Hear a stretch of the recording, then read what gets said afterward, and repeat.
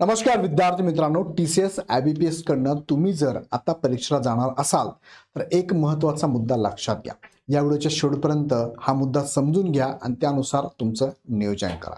TCS IBPSनी आता ion परीक्षा centre वाढवलेले आहेत. म्हणजे तुम्ही जर आता कन्सिडर करत असाल किंवा याच्यापूर्वी सुद्धा जर तुम्ही तुमच्या जिल्ह्यातला माहिती असणाऱ्या आयोन सेंटरला जाऊन एक्झाम दिलेली असेल आणि आता परत तुमची जर एक्झाम असेल तर कदाचित आयोनचं सेंटर ॲड्रेस नीट चेक करा.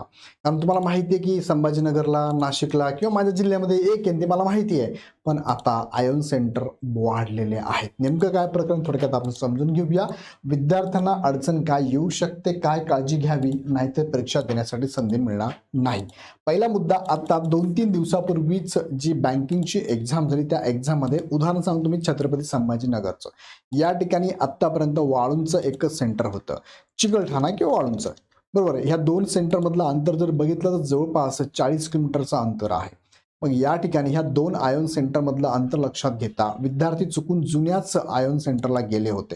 कारण त्यांना याच्यापूर्वी त्यांनी एक्झाम दिल्या होत्या आणि त्यांना माहिती होतं छत्रपती संभाजीनगरमध्ये एकच सेंटर आहे. त्या सेंटरवर गेल्यानंतर त्यांना कळलं की अरे ॲड्रेसनुसार आपलं सेंटर तर हे नाही, आपलं सेंटर तर तिकडं आहे आणि ते 40 किलोमीटर अंतरावर होतं. मग दिलेल्या वेळेत जो टाईम होता त्यांचा त्या टायमिंगमध्ये पोहोचू शकले नाही आणि त्या एक्झाम सेंटरला गेल्यानंतर त्यांना कळलं की आता त्यांना एक्झामच्या आतमध्ये जाता येत नाही. त्यांना मध्ये एक्झाम देऊ दिली नाही. स्ट्रिक्ट आहे IBPS TCS. सो यामुळे काय झालं, ते विद्यार्थी त्या एक्झामला मुकलेत. एवढ्या कितीतरी वर्षाचा अभ्यास त्यांचा वाया गेला आहे. सो तुमच्या बाबतीत हे घडू नये यासाठी मी मला सांगतोय की विद्यार्थ्यांना तुम्हाला जे हॉल तिकीट आलं त्यावरती नीट चेक करा. तुमच्या जिल्ह्यातला आयोन सेंटरचा ॲड्रेस चेक करा. ॲड्रेसवर जाऊन हवं तर एकदा जाऊन या.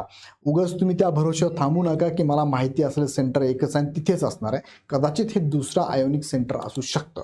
सो हे सांगण्याचं तात्पर्य हेच की 2 दिवसापूर्वीच अशा 15 ते 20 विद्यार्थ्यांना या प्रॉब्लेमला, या इश्यूला सामोरं जावं लागलं आणि त्यांना एक्झाम देता आली नाही. तुमच्या बाबतीत हे घडू नये यासाठी हा सेपरेट व्हिडिओ घेतलेला आहे. सो सगळ्याच विद्यार्थ्यांनी काळजी घ्या. तुमच्या सगळ्या ग्रुपमध्ये मित्रांनाही कळवा. आता अपकमिंग येणाऱ्या एक्झाम ज्या आहेत त्या एक्झाम ज्या TCS IBPS घेणार त्यातली एक केंद्र प्रमुखची एक्झाम आहे. सो केंद्र प्रमुखला जे शिक्षक जाणार असेल त्यांनी काळजी घ्या, नाहीतर तुम्हाला संधी मिळणार नाही. हे 2 सेंटर तुम्हाला मी आत्ताच सांगितले. उदाहरण संभाजीनगरचं दिलं, असं इतर जिल्ह्यांमध्ये पण शक्यता असणार आहे, नाकारण्यात येणार नाही. सो वेळेत जा. वेळेत जाण्यासाठी सेंटर प्रॉपर चेक करून घ्या. काही अडचण आली तर आमच्या टीमला नक्की कॉल करा. सो येणाऱ्या एक्झामसाठी तुम्हाला सगळ्यांना खूप खूप शुभेच्छा. धन्यवाद.